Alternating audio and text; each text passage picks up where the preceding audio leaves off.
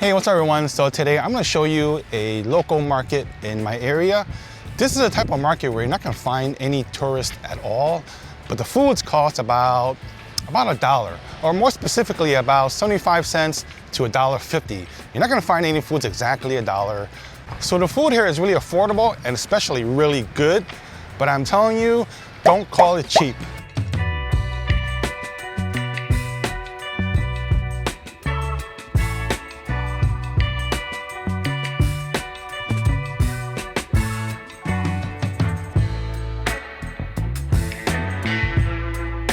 So right behind me there is a local community market called AC Market. These kind of markets are located throughout all over the suburbs of Bangkok. But the further you get out of the city, the larger these markets are. This one is quite massive. It is about 3 to 4 American football-sized fields.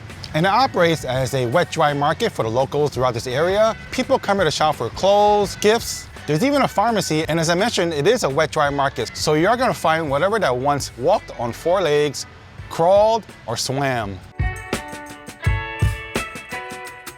Hold on, what am I talking about? Chickens have 2 legs. I'm such an idiot.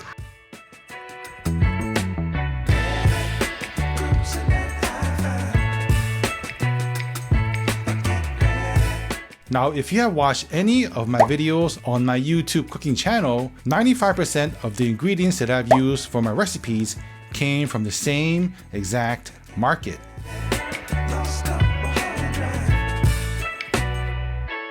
This market is truly massive. If I had a drone, I would fly it inside so you can see for yourself. Though I'm not sure if management would allow it. But I guess you won't really know until someone calls the police. I eat inside this market at least 4 to 5 times a week, mainly for breakfast.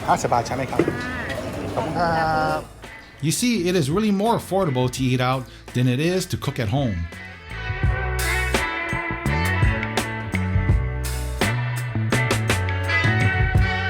But most importantly, this is where food vendors purchase ingredients to serve the local community. Like this nice lady who owns and works by herself at this pork noodle stand.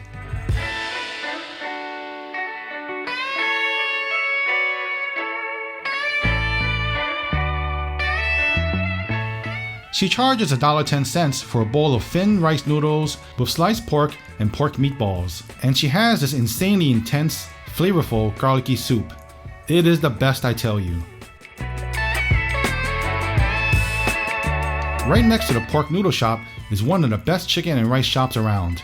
A plate of their chicken and rice also costs $1.10. And this shop's portion size is decent by Thai standards. And if you're hungry, just order another plate. It's still not gonna bust your wallet.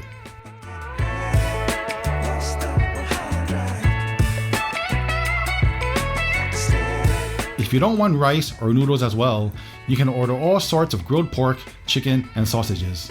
This grilled pork skewer is called mubing.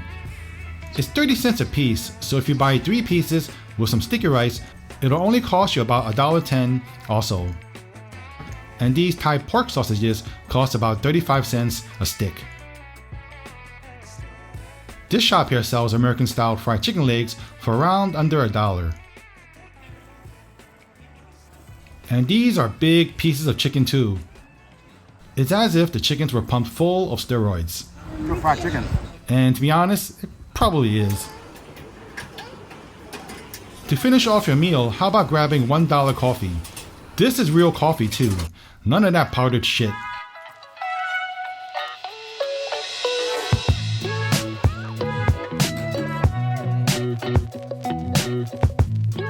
It is made with fresh ground espresso beans and just really affordable. Conveniently next to this coffee stand is a fried banana shop. It also costs about $1.10 for a box stuffed full of these delicious, crunchy, fried bananas. So if you haven't noticed a pattern here, most of the foods here cost about $1.10 or 40 baht in Thai. Now, I have seen some travel bloggers on YouTube try to survive $1 a day on food in Thailand.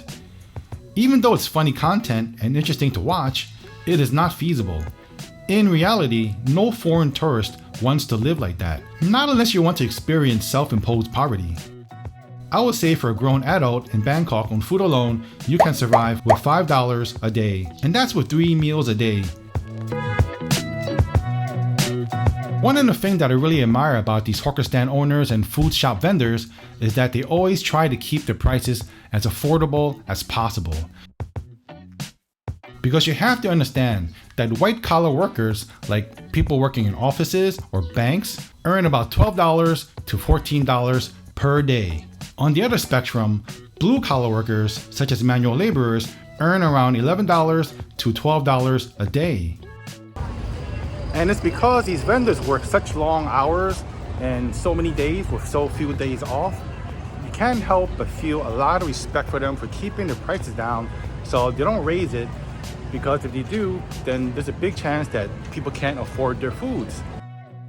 In this particular market, depending on location, a small shop rents as high as $225 a month. Some can even go as high as $400 a month. Because this market is considered high traffic. So if you're selling foods at $1 a plate, you gotta sell a lot of food just to make the rent. Factor in overheads such as staff and utilities and paying yourself, and it's not hard to see why shop owners are operating on razor-thin margin.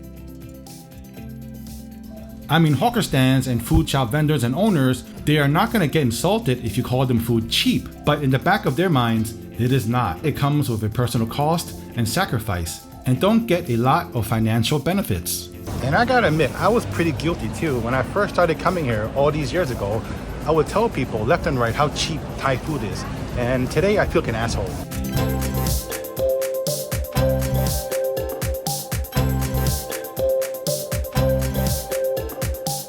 If you find that the food is affordable and delicious, I recommend just ordering more food, or just say "Aroi mak," which in Thai means delicious. That in itself is the greatest compliment you can do, and just leave it at that.